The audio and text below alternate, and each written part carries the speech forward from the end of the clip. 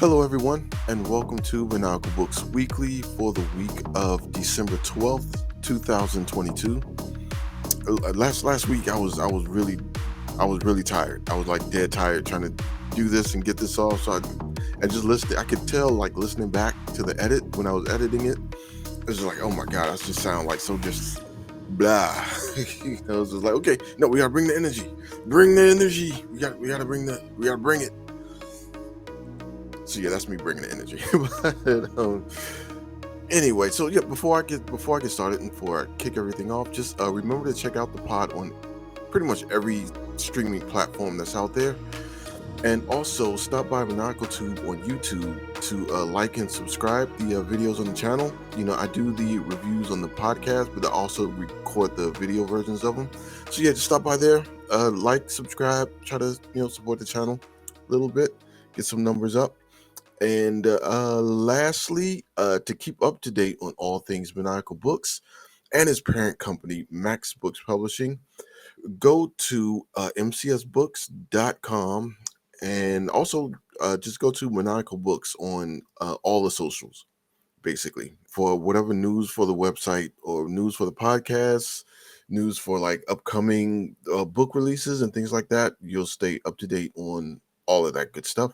So, all right, with all that out the way, this week I have the reviews I'll be going through this week is the dystopian sci-fi novel Dawn by Octavia Butler.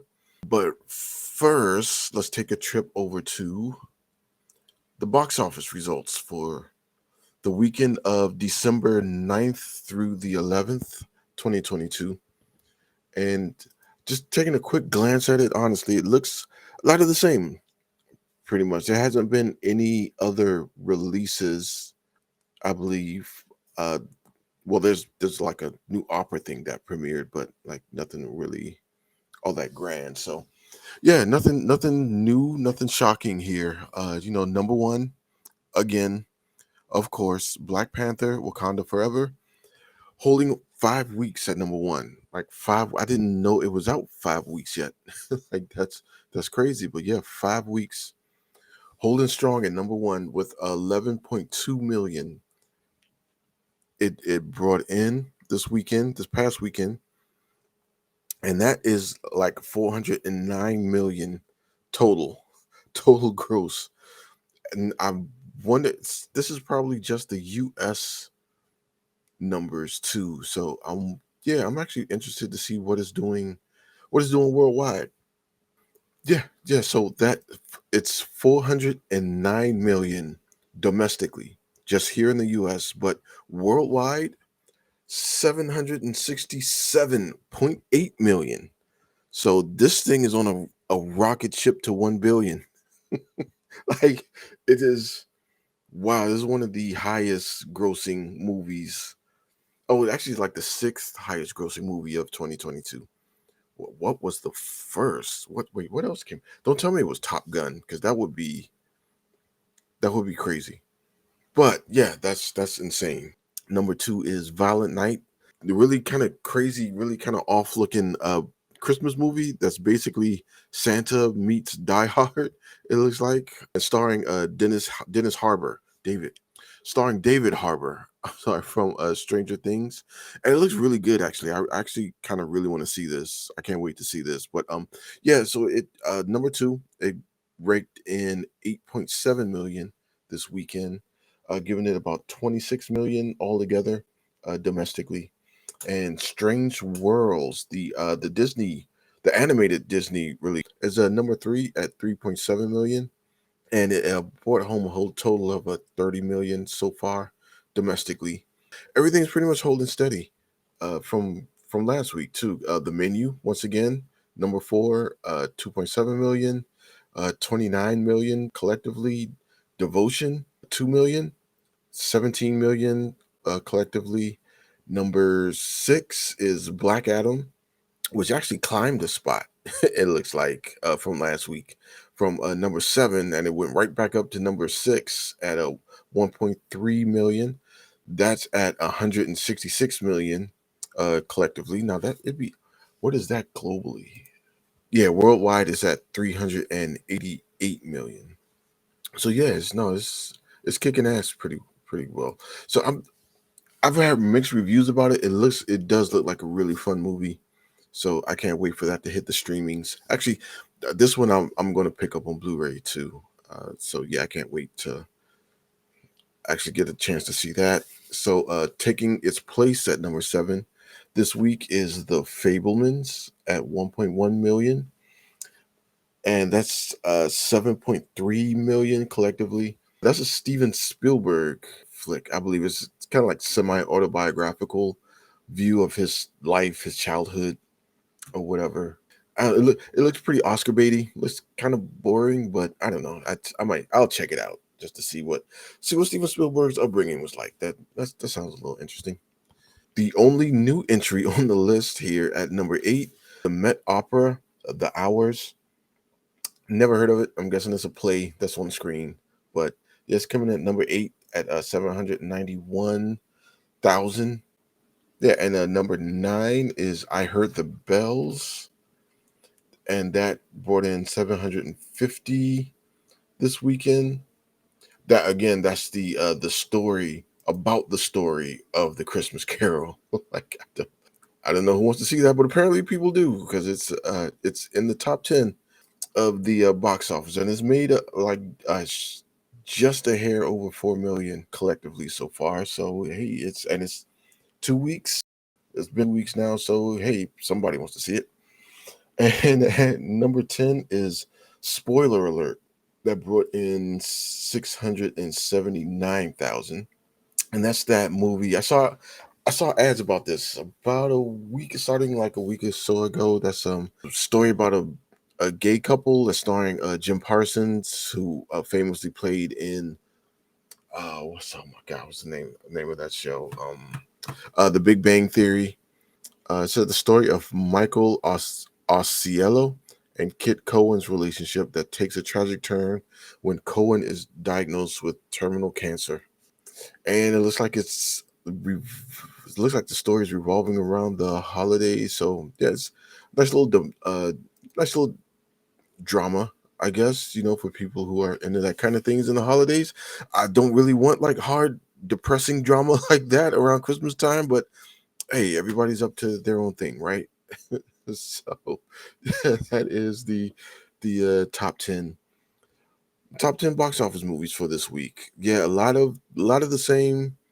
The only new entry you have is like that Met Opera thing, but yeah, because that Christmas time, not too many things come up, but I am very interested to see how, because the Avatar is coming out this Friday, and so I am very interested to see if that's going to knock off Black Panther finally from the number one spot. I have a sneaking suspicion it might though, but we'll see. And yeah, can't wait to check that out.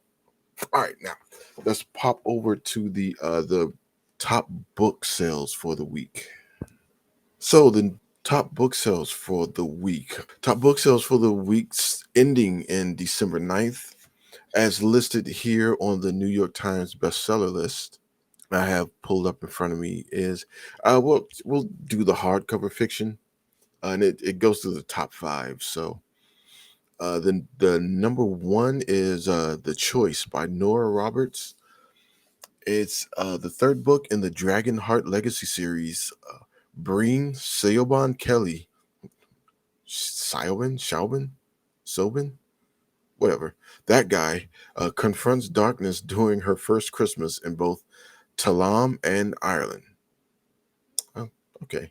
It sounds like The Outsider with dragons, actually. Yeah, that sounds okay. I might look that up.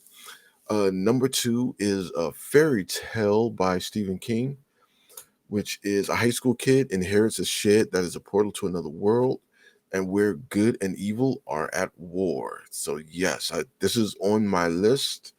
It is on my short list, and I will probably be reviewing this maybe in about a month or so. I got a couple of other books lined up that I'm going to be reviewing, and yeah, it's on there though. It's on my list. So yeah, look out for that one. Number 3, The Boys from Biloxi by John Grisham. And this is two childhood friends follow in their father's footstep, which puts them on opposite sides of the law. So it's John Grisham. It's going to be like some law thriller or something like that. You know what he does. It should be a major motion picture by the end of the year or so, maybe 2024. I wouldn't doubt it. So yeah, that's it. Sounds interesting. I'll check that out. Number 4 is Lessons in Chemistry by Bonnie Garmus. This is a scientist and single mother living in California in the 1960s, become a star on a TV cooking show. Riveting. um, but it's 29 weeks on the bestsellers list, so who knows? It probably is very good. I don't know. It's not my cup of tea, but I don't know, I keep an eye out for it, I guess. And number 5 on the hardcover fiction to round that out is A Christmas Memory by Richard Paul Evans. This is in 1967. The joy of the holiday season seems out of reach to a boy whose brother died in the Vietnam War and father lost his job. Oh, so again, what people love hard times and hard dramas in the Christmas time.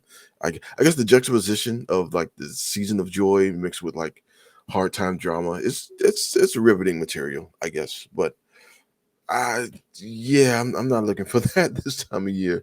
Give me like a month or two before I'm depressed and looking for like other people who are like depressed or worse off as me, and then I'll probably be in the mood for these like hard times type of things. But yeah, that rounds out the hardcover fiction for the week ending in December 9th, 2022.